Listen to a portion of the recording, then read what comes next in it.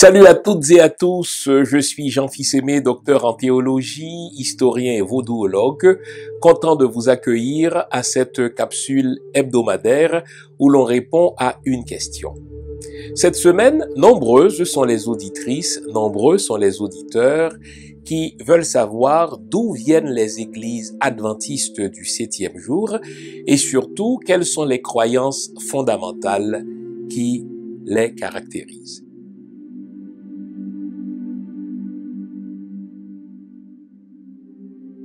Bon, alors, pour comprendre les adventistes du 7e jour, je vais vous donner 3 clés. La première clé, posez-vous cette question. Pensez-vous que la Bible prédise la fin des temps? Ça, c'est la première clé. Pour comprendre ce que je vais vous dire, vous devez avoir en tête cette première clé. Est-ce que la Bible prédit la fin des temps? Deuxième clé. Si oui, est-ce qu'il est possible de faire des calculs exacts quant à cette fin des temps? Ça, c'est la deuxième clé.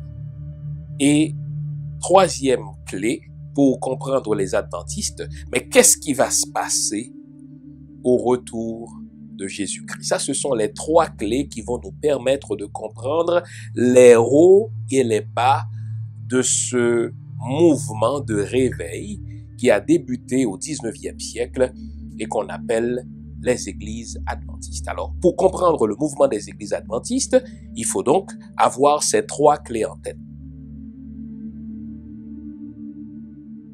Donc, la première clé, c'est est-ce que la Bible permet de prédire la fin des temps? Si vous dites non, la discussion vient de se terminer. On oublie le reste de la capsule. Si vous pensez qu'effectivement la Bible prédit la fin des temps, alors on va poursuivre la discussion et on va revoir la deuxième clé. La deuxième clé, c'est si oui, la Bible prédit la fin des temps, est-ce qu'il y a moyen de calculer avec précision cette fin des temps? Et la troisième et dernière clé, c'est quel est le rôle de Jésus-Christ dans cette eschatologie, dans cette fin des temps? Eh bien, le mouvement des adventistes du 7e jour est né comme ça au 19e siècle. Pour faire court, avec un certain Joseph Bates, plus tard avec un certain James White et sa femme Ellen White. Donc ces 3 noms-là, vous devez les avoir en tête. C'est des gens qui ont, pour ainsi dire, fondé le mouvement adventiste au 19e siècle. Donc, on a dit Joseph Bates, on dit James White et Ellen White. Alors, qu'est-ce qui se passe? Eh bien, voilà des chrétiens qui ont accordé une grande importance à l'étude de la Bible, mais ils n'étudiaient pas la Bible pour n'importe quelle raison.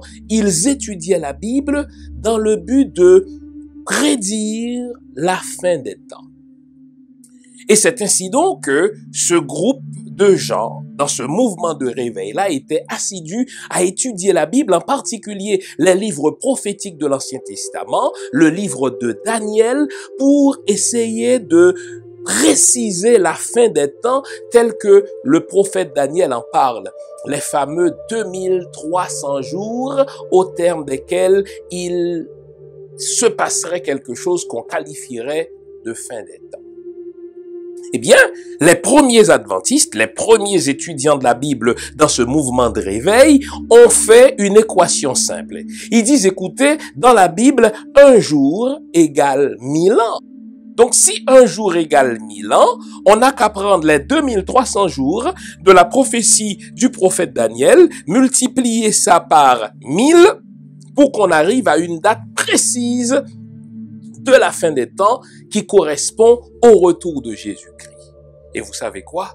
Ils ont trouvé une date qui correspondait au retour de Jésus-Christ. Les gens y croyaient, les gens abandonnaient leurs activités, ils se rendaient en un certain lieu pour attendre le retour de Jésus-Christ qui marquerait la fin des temps.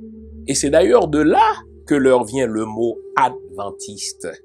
Vous ne le savez peut-être pas, mais le mot adventiste dérive du latin adventus, qui signifie venu, qui signifie arriver. Et le nom leur a été donné parce que c'est des étudiants de la Bible qui ont mis un accent particulier sur la venue de Jésus-Christ, sur l'adventus de Jésus-Christ, d'où le terme adventiste. Et donc, il faut expliquer d'où vient adventiste du 7e jour. Eh bien, dans les diverses évolutions que va connaître ce mouvement de réveil, eh bien, ces gens-là, qui vont finir par se regrouper, vont accorder une importance particulière à l'Ancien Testament, mais au fait que le commandement qui est imposé aux Juifs dans un premier temps et plus tard au peuple de Dieu, selon lequel il faut adorer le 7e jour, il faut observer le sabbat, n'est pas un commandement qui, n'est-ce pas, qui est aboli avec l'Ancien Testament, mais que même dans la Nouvelle Alliance, l'Église, eh bien, les croyants doivent continuer à observer le sabbat, c'est-à-dire le 7e jour. Donc là, on vient de comprendre pourquoi on les appelle des adventistes et surtout pourquoi on les appelle des adventistes du 7e jour. Voilà. Ils ont prédit une date de retour de Jésus-Christ et devinez quoi? Vous avez la réponse. Je vous pose la question, est-ce que Jésus est effectivement venu? Non.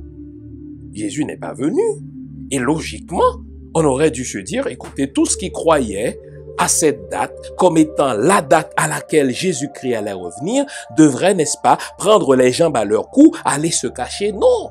C'est mal connaître les croyants car les croyants ne vont jamais admettre qu'ils se trompent.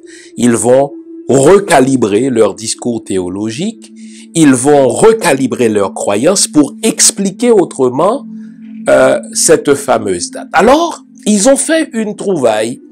Ils ont dit les fameux 2300 jours du prophète Daniel, au terme desquels ça devrait être la fin des temps, qui coïnciderait avec le retour de Jésus-Christ. Au fait, on s'était trompé. Ce n'était pas le retour de Jésus-Christ, c'était plutôt la fin d'une nouvelle phase dans le ministère de Jésus-Christ dans le sanctuaire céleste. Qu'est-ce que ça veut dire? Allez savoir. Toujours est-il que le mouvement, n'est-ce pas, n'a pas cessé, même s'il a mangé un grand coup, le mouvement au contraire s'est développé, en sorte qu'aujourd'hui, on parle de près de 20 millions d'adventistes du 7e jour dans le monde. Donc, on vient de voir comment tout cela a commencé, quelles sont les clés pour comprendre le mouvement adventiste. De un, est-ce que la Bible prédit la fin des temps? Si vous dites oui, vous passez à la deuxième clé. Est-ce qu'il est possible de donner des précisions sur la base des prophéties de la Bible en ce qui concerne la fin des temps? Et troisième clé, quel est le rôle de Jésus-Christ dans cette fin des temps? Eh bien, le rôle de Jésus-Christ, il est cardinal, sans mauvais jeu de mots, dans la théologie des adventistes du 7e jour. Puisque, et ça c'est un terme à retenir, les adventistes sont des millénaristes. Qu'est-ce que ça veut dire? Eh bien, les adventistes du 7e jour nous disent que, à la fin des temps, qu'est-ce qui va se passer? Jésus-Christ va revenir, il va enlever les croyants pour 1000 ans. Il ira vivre avec eux 1000 ans dans le ciel. Pendant ces 1000 ans, eh bien, aucun humain ne vivra sur terre. La terre, en réalité, n'est-ce pas, sera sous le contrôle de Satan et de ses anges. Et donc, c'est la première résurrection. Et au terme de ces 1000 ans, Jésus-Christ revient avec son Église. Il combat le diable et ses anges. Il juge, n'est-ce pas, Satan et ses anges. Il juge les réprouvés. Et ceux-là, n'est-ce pas, sont envoyés à la mort éternelle. Ça, c'est un autre trait fondamental des églises des adventistes du 7e jour. Pour les adventistes du 7e jour, n'est-ce pas, l'immortalité est une immortalité conditionnelle. Pour la plupart des chrétiens, eh bien, tous les humains ont l'immortalité. Soit qu'ils vont passer l'immortalité dans une éternité heureuse, ou alors ils vont la passer dans une éternité malheureuse qu'on appelle l'enfer. Alors, mais pour les adventistes, c'est le contraire. L'immortalité, elle est conditionnelle au fait d'avoir une relation avec Dieu par Jésus-Christ, et à la première résurrection, vous recevez donc cette immortalité conditionnelle, sauf que si vous n'aviez pas reçu Jésus-Christ comme sauveur et Seigneur personnel, lorsque Jésus-Christ va revenir avec son Église au terme des 1000 ans, c'est pour ça qu'on les appelle des millénaristes, tous ceux qui n'auront pas participé à ce voyage extraordinaire dans le ciel de 1000 ans, eux, ce sont des réprouvés, ils seront jugés et ils iront à la seconde mort, qui est la mort éternelle. En gros, vous notez que un certain nombre de croyances fondamentales des adventistes sont en train de d'émerger là. La Bible prédit la fin des temps avec précision.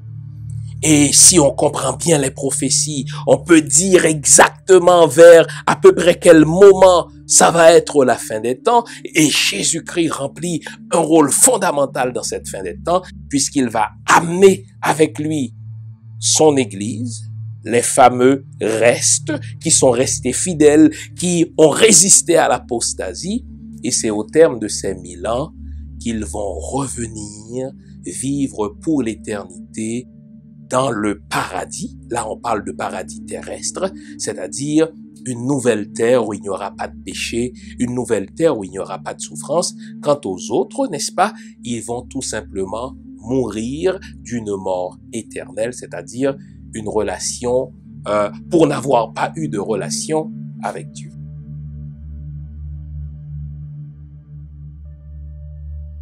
Mais si vous voulez développer les croyances des adventistes, eh bien, il faut lire leurs 28 articles de foi fondamentaux qu'on appelle les 28 croyances fondamentales des adventistes. Je vais rapidement en nommer quelques-unes. En gros, les adventistes sont parmi les chrétiens évangéliques, c'est-à-dire ils partagent en gros les grands articles de foi des évangéliques qui sont issus de la réforme, n'est-ce pas, du XVIe siècle, c'est-à-dire que Jésus-Christ est le Fils de Dieu, que la Bible est la parole de Dieu, que la Bible contient 66 livres, que cette Bible, n'est-ce pas, est infaillible, qu'elle est inhérente, ça veut dire qu'elle n'a ni d'erreur et qu'elle ne trompe personne, et qu'on obtient le salut par Jésus-Christ, etc.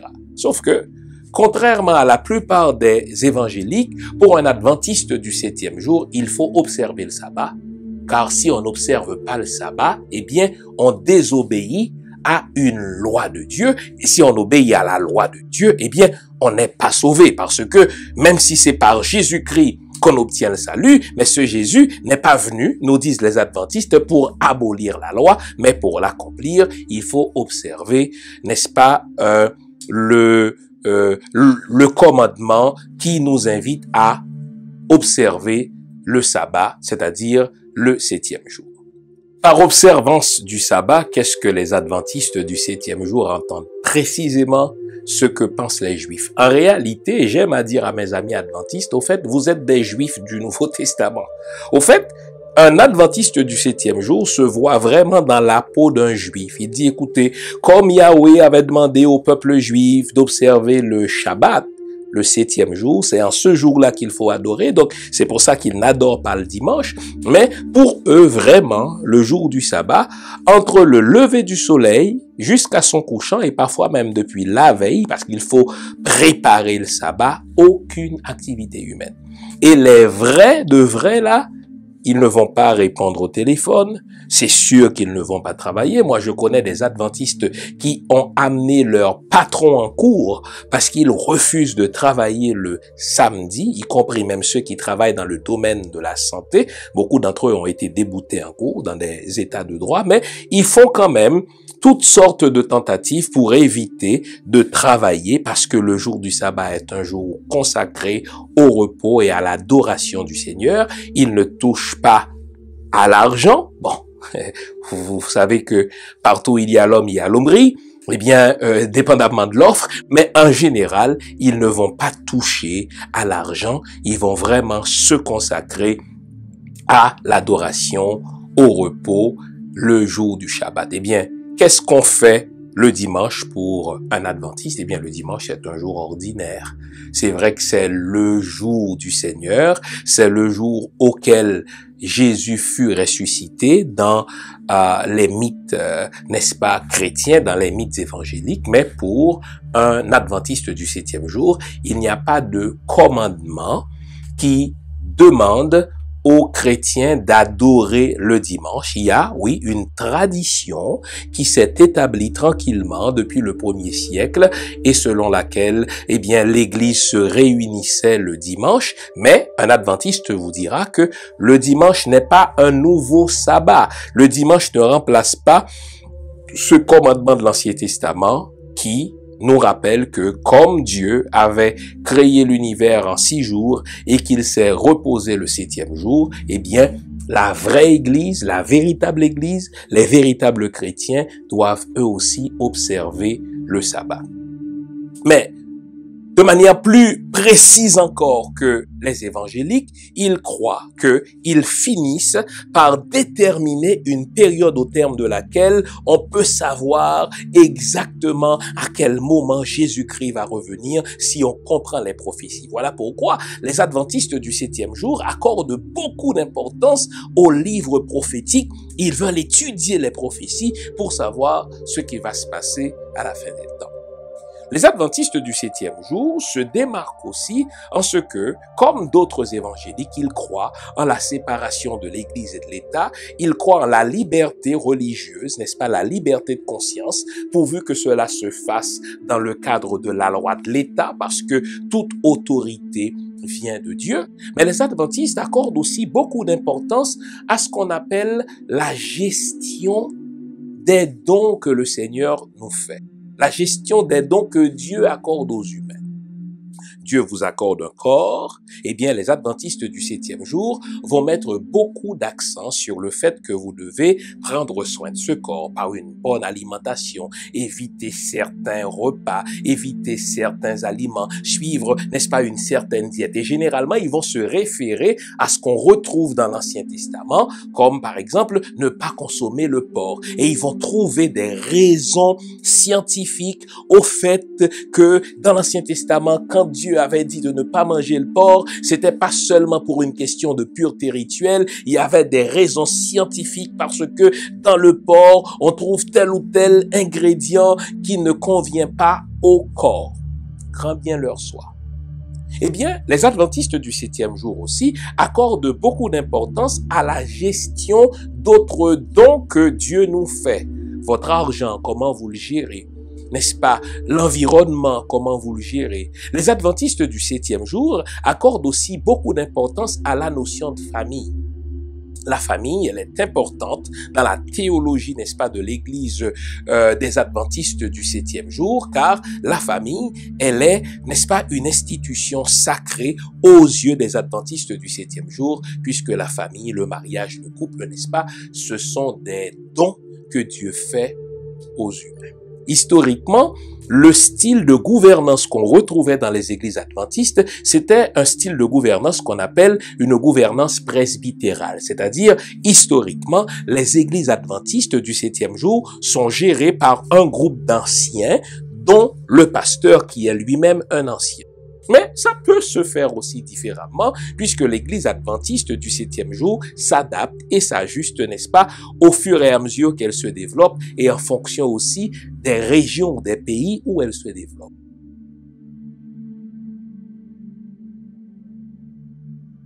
Au niveau de la gouvernance, eh bien, on retrouve une gouvernance centralisée. Les adventistes, historiquement, sont très bien organisés, ils sont bien centralisés, puisqu'ils ont de la littérature qui leur donne des conseils sur la manière dont ils doivent gérer leur argent, parce que le chrétien doit être un bon intendant des dons du Seigneur. On leur donne des conseils sur la manière dont ils doivent gérer leur santé. Ils font attention, je l'ai déjà dit, à ce qu'ils mangent. Ils font attention aussi, n'est-ce pas, à leur environnement. Et les adventistes du 7e jour, précisément parce qu'ils croient en la famille, ils croient aussi beaucoup en l'éducation. Et vous allez voir que quand il y a une église adventiste qui est implantée quelque part, eh bien, souvent aussi, il y a une école qui est implantée parce que pour un adventiste du 7e jour, la famille et l'éducation vont ensemble. Leur Dieu, c'est l'Éternel, c'est Yahweh, c'est Jéhovah, puisque c'est la même traduction de ce qu'on appelle le tétragramme sacré, les 4 fameuses lettres qui sont, selon les Juifs, le nom de Dieu. Donc, à part cela, eh bien, les adventistes font partie du mouvement évangélique, même s'ils ont des traits fondamentaux qui les caractérisent. Écrivez-nous, dites-nous telle spécificité, telle particularité de votre église adventiste du 7e jour. Partagez cette spécificité avec nous. Il nous fera plaisir d'en prendre connaissance. Et bien sûr, ceux qui sont inscrits sur notre chaîne YouTube se feront aussi un plaisir d'apprendre de votre église adventiste tel trait qu'on n'a pas mentionné ici. On m'a déjà reproché de ne pas donner mon opinion au groupe religieux que je présente, n'est-ce pas, à chaque mercredi. Je me garde de le faire aujourd'hui aussi, puisque mon but, c'est de présenter la chose telle qu'elle est et à vous de tirer votre propre conclusion. Donc, n'oublions pas les 3 clés pour comprendre les églises adventistes. Est-ce que la Bible prédit l'avenir, la fin des temps? Est-ce qu'il est possible, deuxième clé, sur la base des prophéties, de déterminer la fin des temps? Et 3, quel est le rôle que Jésus-Christ remplit dans cette eschatologie, dans cette fin des temps? Si vous avez ces 3 clés-là, alors vous êtes en mesure de regarder objectivement le mouvement des adventistes.